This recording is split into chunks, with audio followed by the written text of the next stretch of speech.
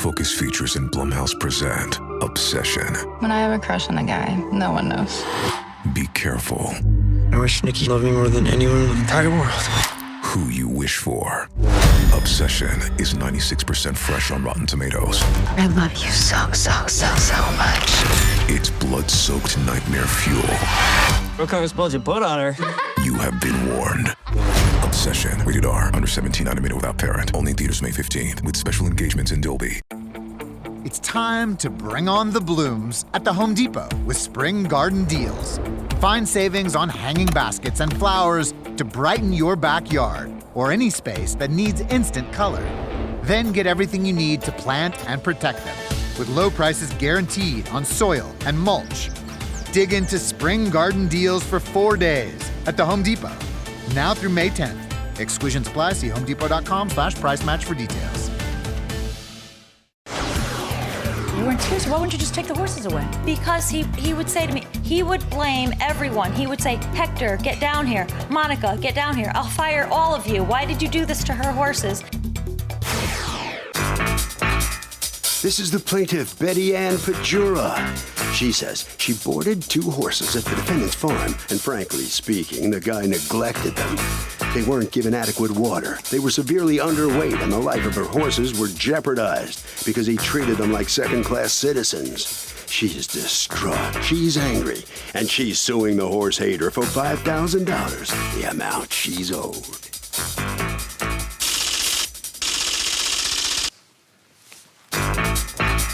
This is the defendant, John. He says the plaintiff brought her horses to him in a panic because the farm they had been at was shut down due to animal cruelty. He felt bad for the woman, so he tried to help her out. Bottom line, he fed her horses, took great care of them, and he has no idea why the woman's now turning around and falsely accusing him of abusing them. He's accused of saying nay to the plaintiff.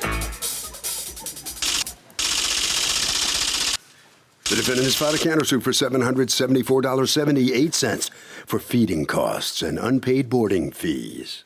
All parties, please raise your right hand. What you are about to witness is real. The participants are not actors. They are actual litigants with a case pending in civil court.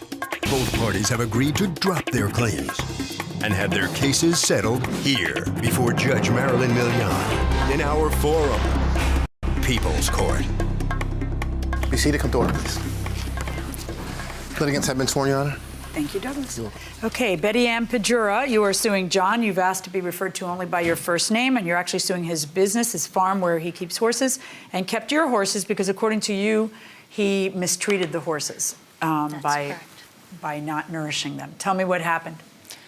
Well, I was at a farm in Easton, about a quarter mile up the road from him, for about 12 years. I've owned horses almost all of my life and have never had any issues anywhere where I boarded.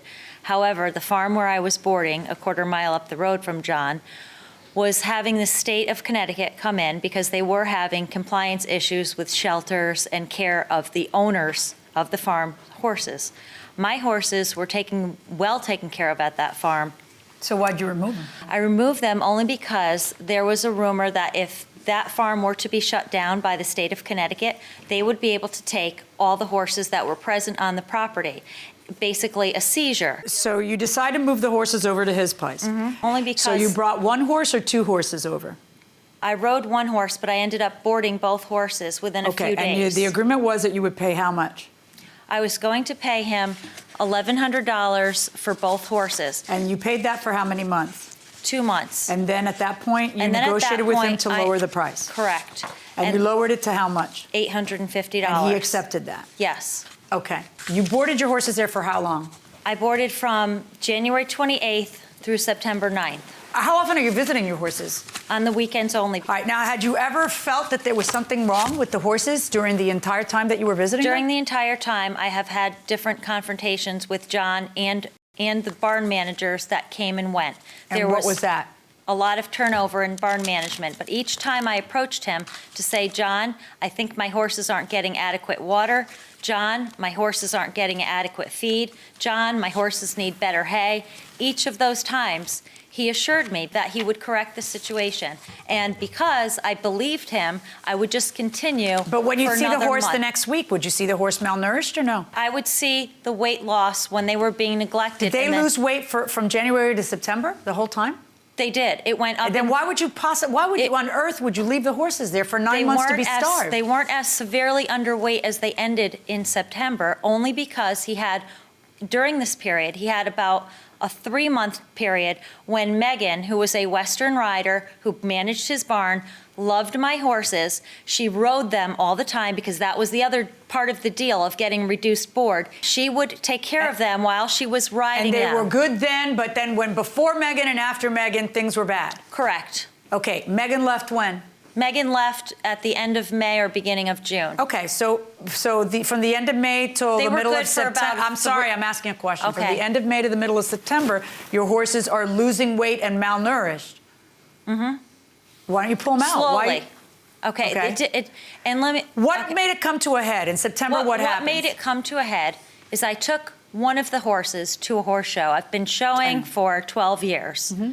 Took the horse to a horse show, and everyone who knows me from the horse community came over and wanted to know what had happened to my horse. But didn't you look and see that something had happened to your horse, and you did? And I noticed that they were a little thin, but compared to the horses on his farm, which I have pictures, and if you want the pictures, go ahead. When you're at one facility and all you can look at so is you take other, them to the show, my and when you horses bring them, looked you know good horses. compared You've been to his. around horses all your life. You know what a horse is supposed to look like. You bring them to the show, and somebody tells you this horse looks really thin, and then you say to him, I'm taking my horses out, and you take your horses out. He gives you back your money for that month, and then you are now here in court suing him for the 9 months worth of board. Yes. Yes, you want every penny that you paid, including the 3 months Megan was fabulous. Okay, what's going on? Were the horses being adequately fed? Yes, Your Honor. I have, and you have as evidence, the feed chart that we were provided by Betty Ann. Okay, and then how do you keep records of what you fed the horses? I have an affidavit from the only person who mixed the grain who couldn't be here today, Jane Lyman Askew. These horses look really skinny. In the affidavit from Libby, she mentions that she had a discussion with Betty Ann at one point. Show them to him. I mean, they're pretty thin. I'm looking at a lot of rib there. I understand. So And what's wrong with that horse? that horse probably wasn't getting enough food. That's right. And if you look at what we were given, pointing.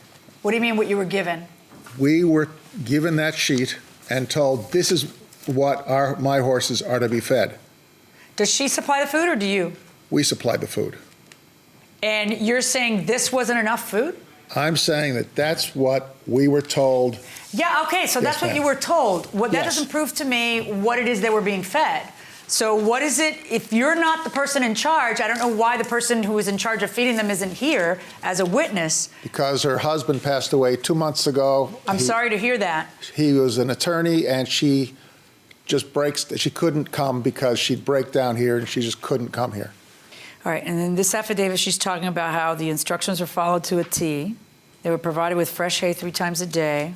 In June, I suggested to the plaintiff there be an increase in grain amount for each of her 2 horses, and she agreed. She never approached me with a complaint regarding feed. Did she ever approach you with a complaint? No, not until the day that she confronted me after going In September? In September. Oh, she says that she confronted you throughout the 9 months and told you, I don't think you're feeding. That's a lie? Yes. Okay. See, here's the thing. What I can't have is you 9 months happy paying rent and then taking the horses to a show, having someone look at you and say, what's wrong with you? They're too thin. And then you magically that day deciding that they are too thin for you. Address that concern. Okay. What John has just said, that anyone ever questioned, came to me and approached me about the amount of grain should be increased, that never took place. Okay, Jane's saying that she approached you, you agreed, and so she mixed more into it. I talked to John only about the feed. When I was in tears, usually. So in September, you were in tears. Why wouldn't you just take the horses away? Because he would say to me, he would blame everyone. He would say, Hector, get down here. Monica, get down here. I'll fire all of you. Why did you do this to her horses? And I would feel. Did that happen? No. Okay, something happened because you're hesitating when you answer, so I need to know what it is you're thinking about. What I'm thinking is that Monica left, and unfortunately, when she left just after my 33-year-old horse died, a syringe was found near the stall. So she happens to be a cardiac nurse practitioner. So I left that alone. I just didn't want to go there. He was dead. Wait. I'm sorry to tell you the whole story. Okay, but because you have a feeling in your heart that she did something on purpose to your horse? Yes. Monica was not an employee. She was supposed to be a working student. Did that have anything to do with Betty Ann or not really? No. Okay. No, except that she referenced Monica as someone who had authority. Okay. Are there vet records from the 9 months that the horse was there? Are there any vet records or not? That I have? Yeah. No, because she used her own vet. Do you have vet records from those? I 9 do. months? I have. May I see them? I have vet records from my so the visit. vet was seeing and the vet's horses how many times? When did the vet see the horses? The vet sees the horse in the spring at John's farm. Right. In the fall of 2012, he saw them over down the street at Pee Wee Horse Farm. It was noted that Splash had lost some weight since a previous visit on March 17th. The weight loss was judged to be mild. 3 Socks had also lost some weight since a previous visit on March 17th. The weight loss was also judged to be mild. And the weight loss... Okay, so how is it that this is going to buttress your demand for $7,200? When your own vet says that the weight loss is mild. That is because, and that's why I have a Post-it on there explaining that he came 4 weeks after they had already been moved from John's farm, and they are on this from the other veterinarian. So did you ever have the 8 horses pounds, taken they're to on a 8 vet? pounds of grain a day. Did you ever have your horses taken to a vet upon the removal right away? I called right away. I called. Okay, but there's no evidence that you can I have give evidence me that they emailed me how much they recommended Let me to take myself out of my misery. I can't get a straight answer. Would you want to listen to what I'm asking you, or you just want to yell? I mean, you're not going to. You have to understand the person you have to persuade is me, right? I All right, didn't. look at me. You've got to prove that you're entitled to $7,000.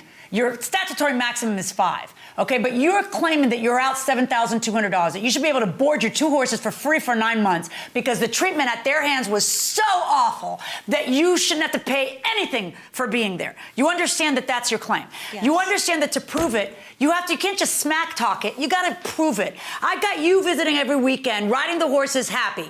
I've got you in September taking the horse happily to, so you who are a horse person don't think it rises to the level of a federal indictment. But you want me to erase the contract because it's so awful, I gotta erase the contract.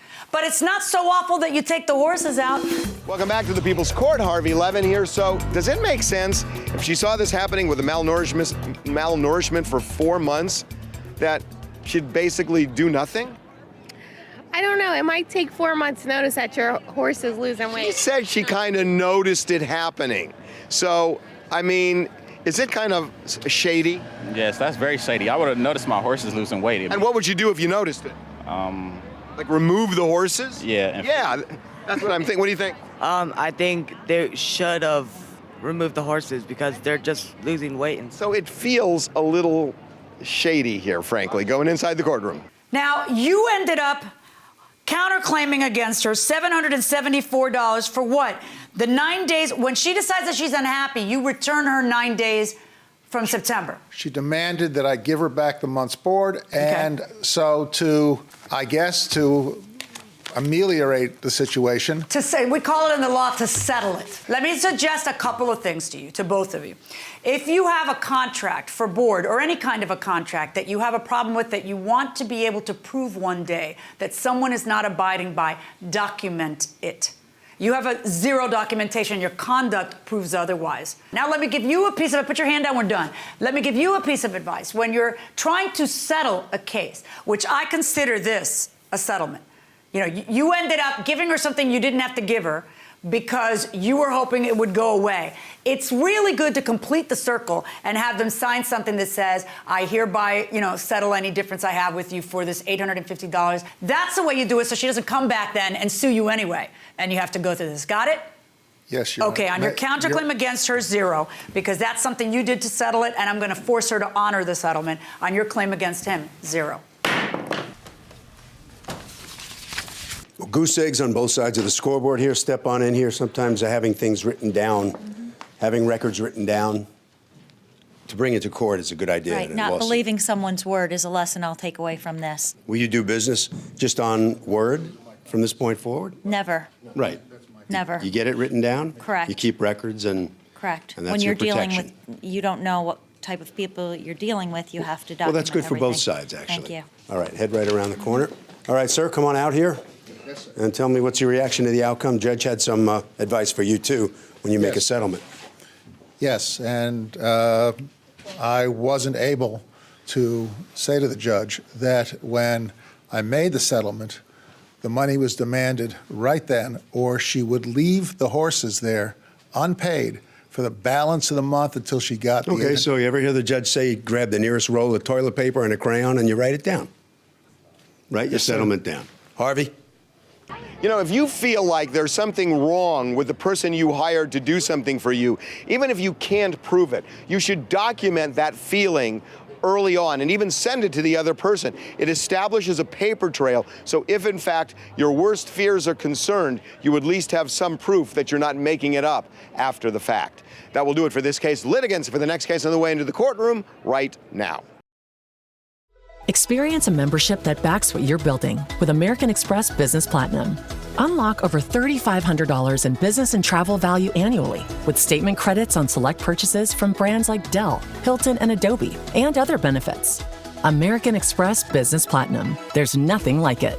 Based on total potential value of statement credits on select purchases and other benefits, enrollments required, monthly and other limits and terms apply. Learn more at americanexpress.com/business-platinum. Good sleep is everything. That's why Ollie's Science Bag Support is made with a blend of melatonin and L-theanine for both kiddos and grown-ups. So when your mind won't switch off, you've got something that can help. Your racing thoughts and restless nights won't stand a chance. Find Ollie Sleep Solutions for the whole family at ollie.com. That's OLLY.com.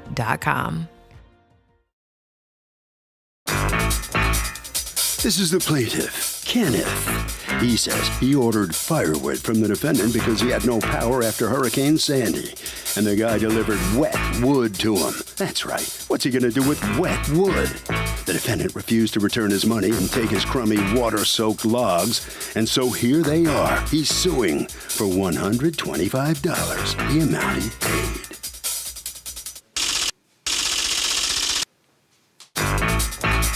This is the defendant, Gary Grossman.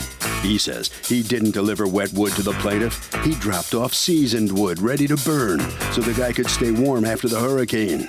The louse ended up calling the cops to his house. They went back and forth for 45 minutes and then the plaintiff filed suit. He's accused of soaking a customer, but good.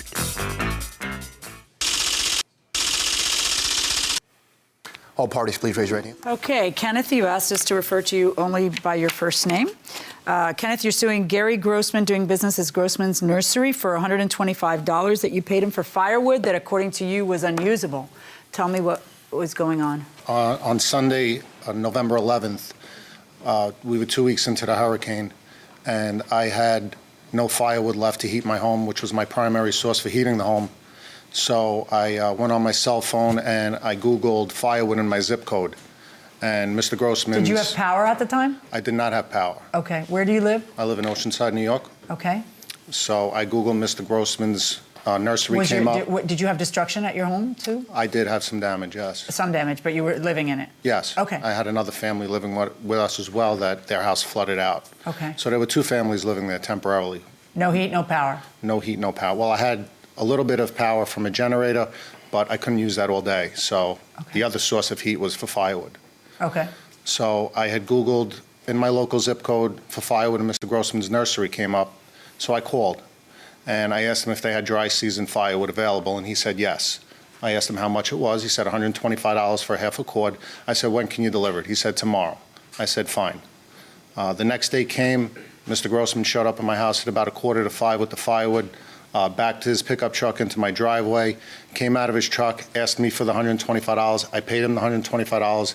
He asked me if I had a wheelbarrow. I said yes. I went in my backyard. Did you pay him before looking at the wood? The wood was out in the open. It was in a pickup truck. So I just gave him the money as soon as he got out because I assumed he wouldn't unload it without me paying him. So Right, I did. but I'm saying, did you look at the wood? Or I mean, I could visibly see it, but I didn't hold it. did it look good to you? Because you're here because, according to you, he sold you wood that wasn't seasoned. It won't burn dry because there's still moisture in it. Right. And you made that determination 2.5 minutes later after you paid him the $125. So my question to you is, did you look at it before you paid him the money? I did look at it. Okay, and did it look good to you? It did look okay to me. Okay, yeah. and then what happens? So I went in the backyard, I got the wheelbarrow, I came back up. He put one piece in the wheelbarrow, handed me the second piece, and I said, this is not good wood. The second piece wasn't good? Well, or none of it just was? when he handed it to me, I said, this is not right. I said, How this did is you not know? good. Because Or it was wh- heavy. And based on my experience from dealing with firewood, you can tell if it's good or not by feeling it, not necessarily by looking at it. So when I felt that piece, I grabbed a couple of more pieces and I said, this is not good firewood. I said, this is not going to burn. And Mr. Grossman was trying to tell me that it is good firewood, that it will burn, that he sells it all the time. I said, listen, I said, this is not good firewood. I said, this is not going to burn. It's very heavy.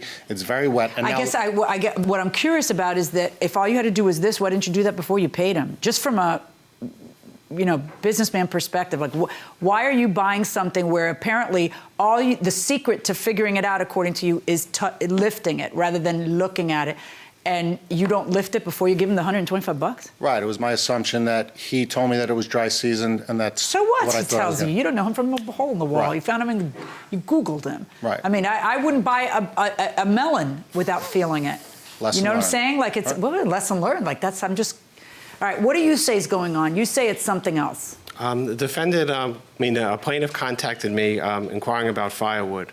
He stated that he had no heat, from the hurricane. His power was out, and he needed firewood, for heat. And he needed it right away, as soon as possible. So we made a date and time to bring it. Which was how many days away? The date that he contacted me was on the 5th of November. And the day you were bringing it? The date that we discussed to bring it was on November the 6th. Okay. In the afternoon. Okay. So I brought it to his house on the date and time that we discussed. I backed up onto his driveway where he said he wanted to unload it. I go to the doorbell, and I ring the doorbell, and there's no answer.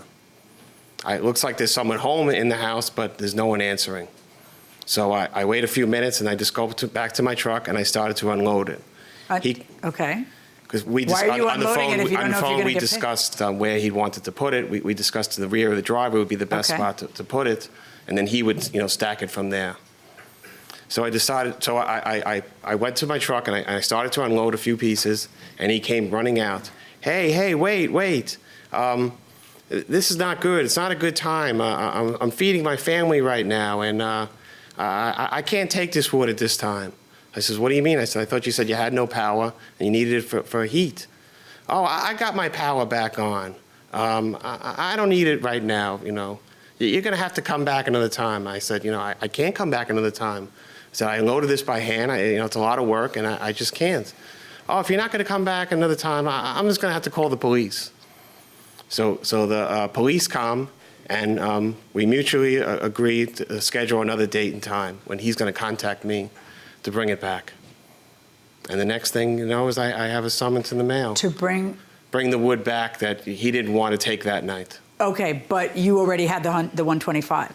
And so you thought that you were leaving there with him just calling you on another date to bring $125 worth of wood. You already had the 125. That was fine with you. That was a good resolution. Then next thing you know, you get sued. The difference is the transaction took place in my place of business. That's where he paid the $125. Oh, wait. You mean he didn't give it to you on the driveway? No, not on the driveway, no. Oh, was he personally at your place of business? Yes. So does this plaintiff have a duty to inspect it before he accepts it? Yes, he does. He got it, he took it, accepted it, so. Tough luck? Yep. Tough luck. What do you think? Yeah, he should have looked at it. That was his choice. By not looking at it, is it tough luck for him? Yeah, tough luck. Going way in the back. He paid for it, so he should be making sure that it's good material. Before he plunks down the money? Before, yeah. Okay, going inside the courtroom. And did you give him the $125 before the driveway? I did not know. Do you have a receipt? Yes, I have a receipt I want to submit in evidence. Let me see it.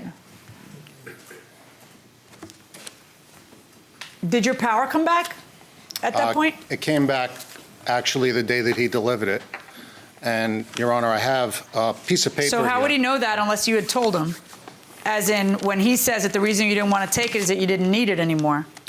Well, I never had a conversation with this gentleman prior to him showing up at my house. The person Well, who I you spoke had to with, have. He wouldn't have known. Oh, you mean you had it with somebody else? the person I spoke with on the phone was not this gentleman. But the bottom line is, did you breach a contract or did he breach the contract? Did you breach it because you ordered something you didn't need anymore and because you got your power? And obviously, you must have spoken to him on a prior day, otherwise they wouldn't know to be there. So if you got the power the same day they're delivering it, that's the incentive. That moment of getting your power back, which happens after you've ordered this wood, is in his version, is the moment that you decided, oh, I don't want that wood anymore. I need the 125. I'm not going to pay it. And so you breached. That's his version. Your version is you'd love to have half a cord of wood even though you now have power. And even though you've told me that you bought the wood in order to have heat. And when it comes, after you've looked at it and said, looks good to me, handed him $125, you then lift it and then say, oh, no, this stuff's wet and I don't want to buy it. All right. Is there video? Who has video? I have video. And what is the video of? The video is of Mr. Grossman delivering the wood and being paid on November 12th. Okay, let's see it.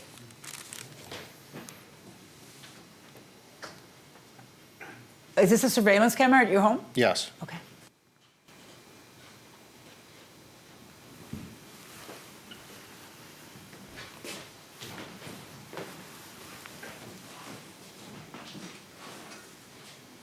Okay, I paid him right there. Yep, he's paying you right there. Not at his place of business, Right, obviously. I don't know. That is what he was giving me is a tip for coming there, and he's saying that for your trouble, he gave me $10, for coming. He says, can you come back another night? He tells me. Okay, just a second. I'm seeing this. You don't see okay, the stop. And I Okay, told him I wouldn't rewind. take I it. want to see this whole thing while you're not talking.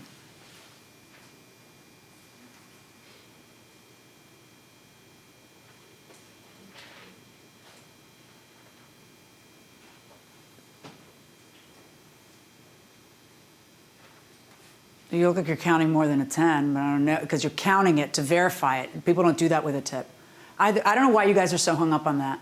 You're both committed to whatever you claim is the day that was paid. The bottom line is that it was paid, and it was paid in return for something, and the only question is this the something? Did you bring what you were supposed to bring? And I assume... Like I said, my office still stands. I'm willing to, give him the product. My firewood is seasoned and dry. It's not fair that he's saying that the wood is not good. He didn't give it a chance. He didn't try to burn it, and he had. I think, Your Honor, I think he just wanted it for his power situation. Yeah, If that was the case, there's that's kind of disturbing me, that whole power situation. Well, here's the deal. If that was the case, I got my power back Sunday night at about 7:30. He still delivered it on Monday. I didn't tell, and he called prior to coming to see if it was okay to deliver it because he was coming later than he thought. Okay, well then we don't have a problem, do we? You rejected that firewood. You would like the solution to be different firewood. And he would like the solution to be different firewood. Why are we in court? Because the police officer that came to the scene tried explaining to him to give me my money back, go back and get the firewood that I'm asking for, season firewood. But you don't get your money back. You just get the firewood you're asking for. But he doesn't have the firewood that I'm asking for. That's the problem. How could he not? He's in the business of selling for you. I know he has a nursery, but what makes you think he's not? Because what I found out later was that his yard was completely underwater from the hurricane. So now he's trying to sell off whatever damaged goods that he has. Okay, we're done. Here's what we're going to do, folks. All right?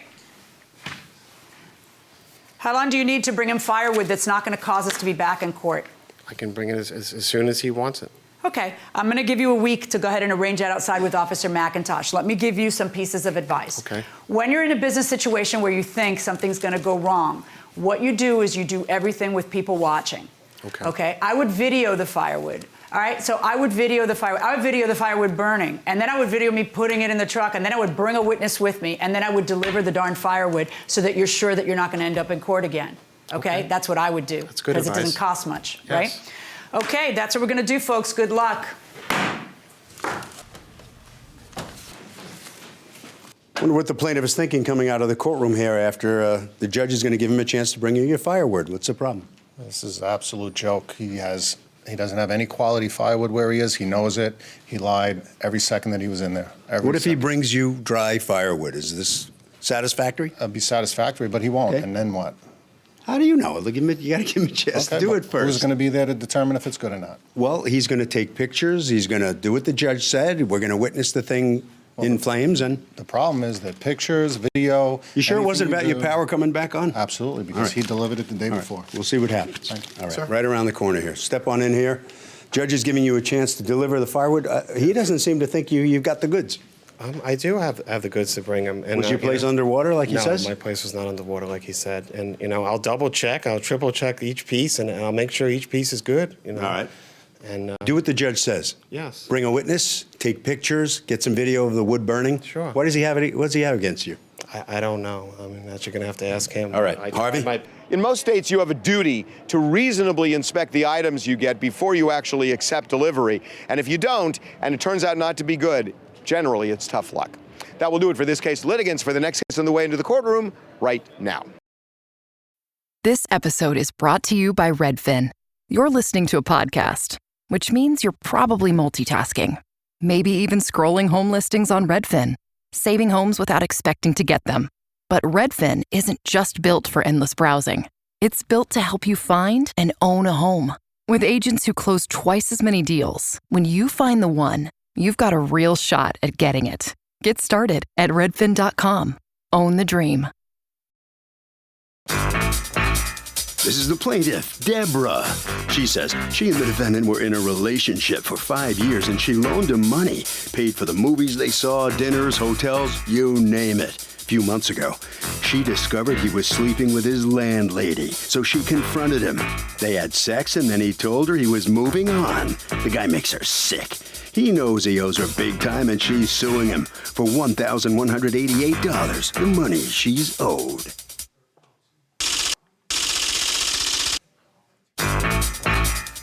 This is the defendant, Mario McQueen. He says he has a new woman in his life who, unlike the plaintiff, is ambitious. The plaintiff didn't want things to end with him, is mad he's moved on, and is just creating this drama because she's a typical woman scorned. He's accused of letting a lady friend down.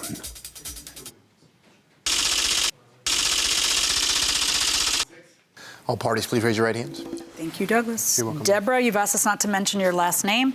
You are suing Mario McQueen for $1,188 that you say he owes you in different monies that you've loaned to him over the course of how many years? 5 years since I knew the defendant. Okay. 5 years. What happened? Okay, I met him in 2007 at the dentist, and we've had a relationship during the 5 years. So What kind of relationship? We had a intimate relationship. But were you his girlfriend? Yes, at sometimes.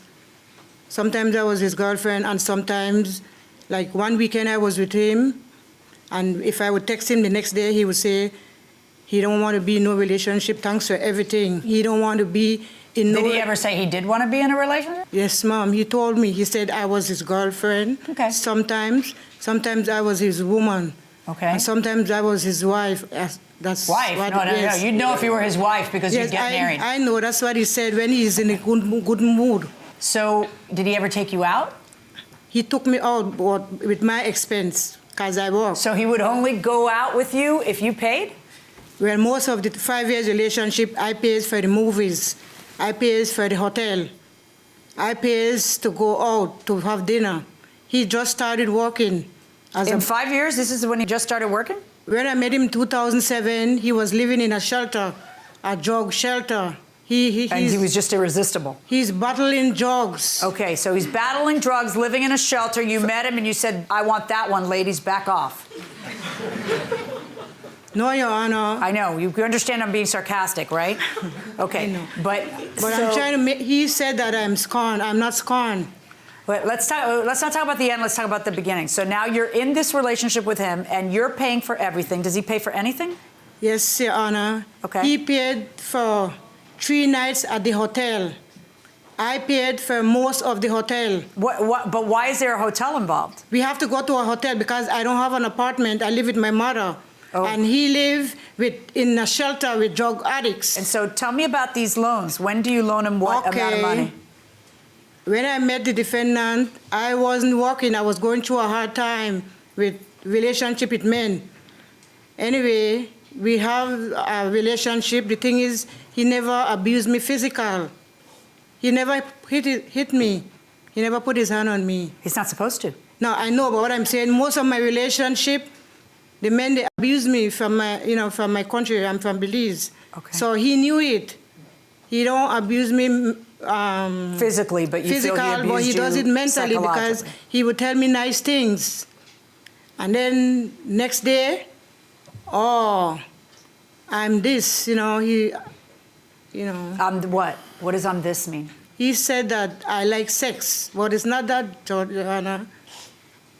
It's okay. He's abusive with his words, his mouth. Okay. All right. Tell me about the loans, please. Every time I would get paid, he would call me. At the time he wasn't working. He would say, Debbie, I need to pay bills. And me, I'm a diabetic. If I take my medication at night, I cannot go out. And I explained to him, I took my insulin, I can't move. He said, still, come, send the money to the Western Union. So anyway, because he know that I love him, that's why he... What do you love about him? He's charming, I can't wait. He have a way with women. Okay, hold on, because I can't wait. What's going on? Yeah, I met her. We had a little intimate relationship. Befriended her through the years. We both gave each other. It wasn't about her giving me only. I supported her, brought her gifts. She helped me out. Was she your girlfriend? She was a friend of mine. Was she your girlfriend? At one point, yeah. I was trying to see how we would do being together.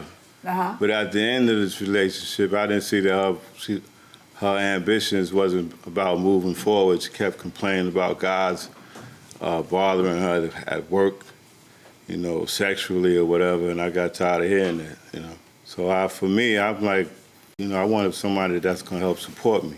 How support you? Yeah.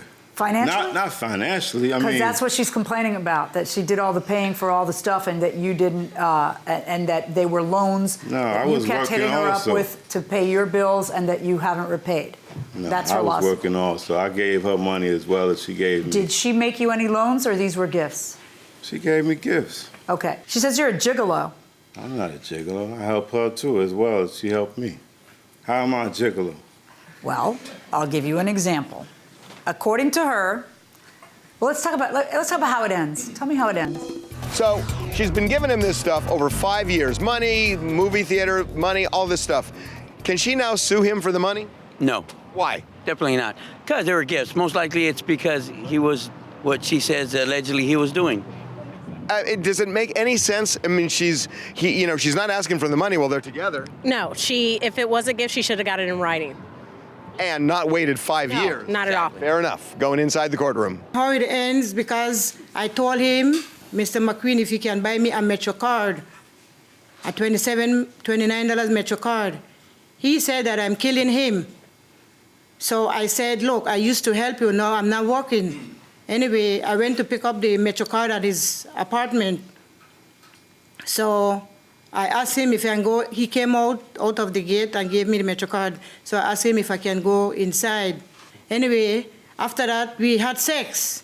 And right after, he said, I have good news and bad news. I've been hearing this for 5 years, Your Honor. The good news is we can be friends. The bad news is he's moving on. He said, I don't need any woman. I can buy sex. Come to find out, he's sleeping with the landlady. Okay, do you want to respond? landlord? Do you want to respond to that? That's crazy. Okay. That is sick. My landlord is older than... No, I'm not sleeping with my landlord. Okay, what is she thinking about? And why are you having sex with her and then dumping her 15 seconds later? I told her before I didn't want to be bothered. I was trying to move on. You told her before? I offered her to give her the Metro card out the door. She came inside. She kind of forced herself on you? Well, naturally it's going to happen. Well, not naturally. You could have, greater honor than I've been trying to move on for a long time. Well, why don't you just not crush her? I know, but listen to me. It's obvious from me listening to her for the few minutes of this lawsuit that she has issues, okay? She has serious self-esteem issues. So why can't you just be a man and move on and tell her you can't come in, here's your Metro card, it's over? Why do you also have to have sex with her? Well, naturally, because she's willing. Why? Is Does it ever occur to you not to think about you? I've done that. That's why I moved Well, you didn't on do that the this first day. time. Well, I didn't do it. That's right. I fell short. Yeah. Yeah, you did. Temptation. I fell short. All right. Deborah, let's talk. Okay. You tell me that you acknowledge you've had kind of a bad history with men. How old are you? I'm 46. Okay. So you've spent the last 20-something years with a bad history with men, right? Yeah, that's why I came here. I don't think it improved with him. He abused me mentally. Okay, let me explain something to you. People can only hurt you if you let them. Someone might be able to hurt you once, then you just have to go to the police and get them behind bars. But for someone to repeatedly hurt you, it's because you are allowing it to happen.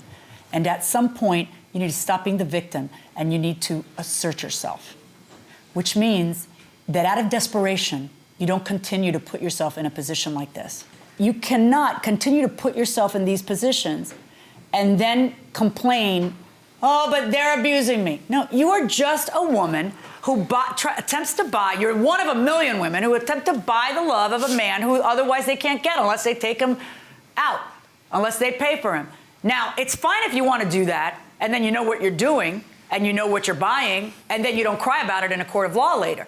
But you are asking me to turn around and look at 5 years and say all those things were loans when he denies the existence of the loans. Do you have a single promissory note? Do you have a single text saying I owe you money? Do you have an email saying I owe you money? No, I deleted. In 5 years, nothing. Yeah. That's it. No, we're done. Okay, my verdict in this case is for the defendant because you have no proof. I don't want him, Your Honor. I don't want him. So the plaintiff learns that loans don't become gifts when a relationship breaks up. You understand the verdict? She didn't want me to say what I wanted to say. I don't want the defendant. All I wanted is my money that I loaned him. He borrowed that money from me and he didn't want to pay. I don't want him. Not like loan, no? Right. To prove it. No, but the thing Can is... you put him behind you, move on, Please. have a fresh start? I don't want him. All right, right around the corner here. Thank you. And the documents are waiting. All right, thank you. All right, step in here. And what's your feeling on the outcome of this case and the facts of this case? Well, I feel as though it's a thin line between love and hate, and you can't buy love. And I'm sorry that it turned out that way. And what about your role in what she's going through here? I feel for her. I've been there too, you know. Sometimes you said you fell short. Put your heart out there, and then you don't get what you expect. Well, you said you fell short. You kind of played into her weakness. Yeah, at that point I did, because we had been been together for a while. You regret that? Yeah, I've tried. And next time? Next time I won't do it. Harvey? You know, for most of this stuff, it's not a loan. I mean, these are all gifts that go back and forth in a relationship. But if there is a really big ticket item, very expensive, that you do think the other person should be responsible for financially, get that in writing. Ryan Reynolds here from Mint Mobile. I don't know if you knew this, but anyone can get the same premium wireless for $15 a month plan that I've been enjoying. It's not just for celebrities, so do like I did and have one of your assistant's assistants switch you to Mint Mobile today. I'm told it's super easy to do at mintmobile.com/switch. Upfront payment of $45 for 3-month plan, equivalent to $15 per month required. Intro rate first 3 months only, then full price plan options available. Taxes and fees extra. See full terms at mintmobile.com.